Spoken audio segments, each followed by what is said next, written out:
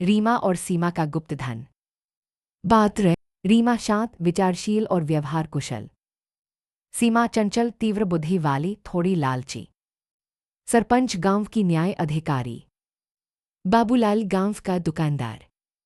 रीमा और सीमा दो करीबी सहेलियां अपनी मेहनत की कमाई के 50-50 सोने के सिक्के एक मटके में रखती हैं।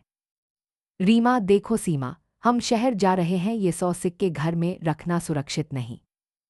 सीमा, हाँ रीमा, मेरे पास एक तरकीब है। मेरे घर के पीछे जो पुराना खाली कुआं है, उसकी सूखी दीवार में इसे छिपा देते हैं, किसी को शक भी नहीं होगा।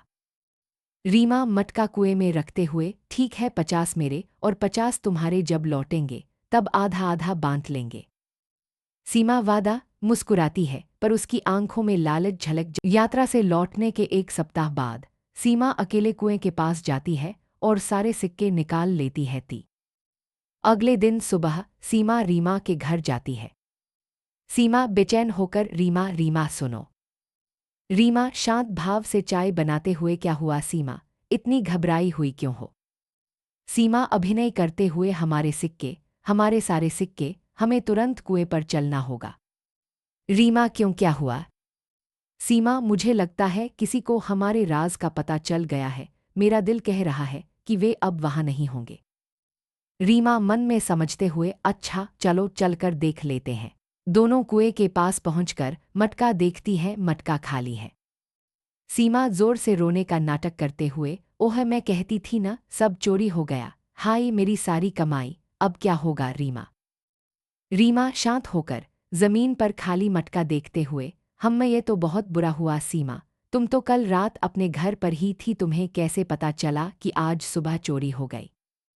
सीमा हकलाते हुए, मैं तो बस, मुझे रात भर बुरा सपना आ रहा था, इसीलिए।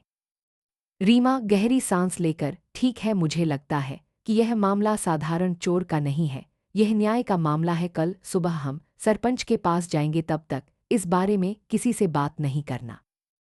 सीमा खुश होकर, क्योंकि उसे लगा रीमा हार मान गई। हाँ हाँ बिल्कुल ठीक, कल सरपंच के पास।